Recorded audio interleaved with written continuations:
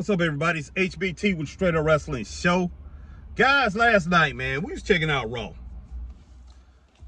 And I, today, seen a lot of podcasts. I've seen some people out here talking about how bad the show was last night and said they got to do a better job going into WrestleMania. You know, we right on the cusp of WrestleMania. Last night, yeah, myself, Christopher Burton, and John Shooter Hargrove, the promoter for PWF Wrestling, we watched it. We did a podcast on it. We was live. And I thought the show was pretty good, man. It wasn't the best show in the world. It was a decent show. It was okay. Man. One thing that I'm finding, and to tell you the truth, if we wasn't live doing that show, I don't know, if I go back and watch it by myself, I don't know how I would feel, to tell you the truth. Because, you know, maybe everybody was seeing things that I really didn't see. I mean, well, to tell you the truth, I did see it. Like I said, I thought the show was okay. But one thing about us as wrestling fans, man, we now have gotten to the point where we are just basically satisfied and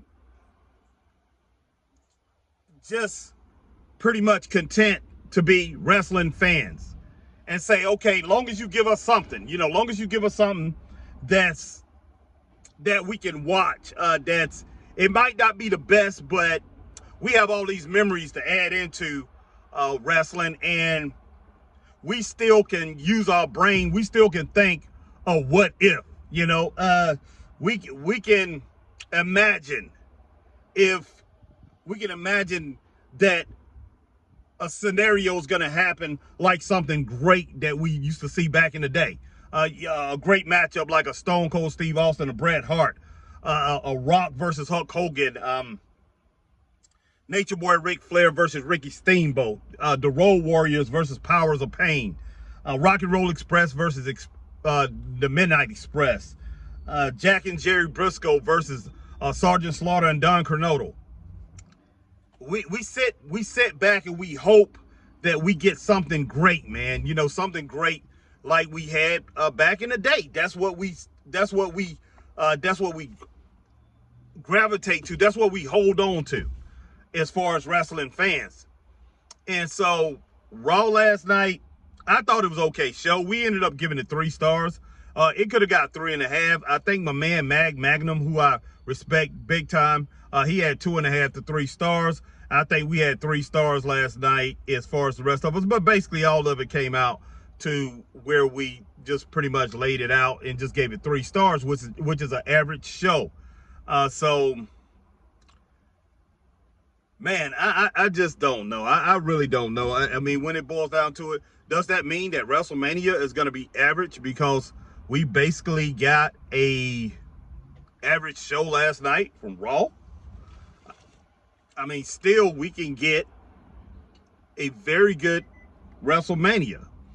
I think WWE is going to go all out with WrestleMania. Now, AEW just had AEW Dynasty, and it did not pan out the way I think Tony Khan would have liked it to pan out.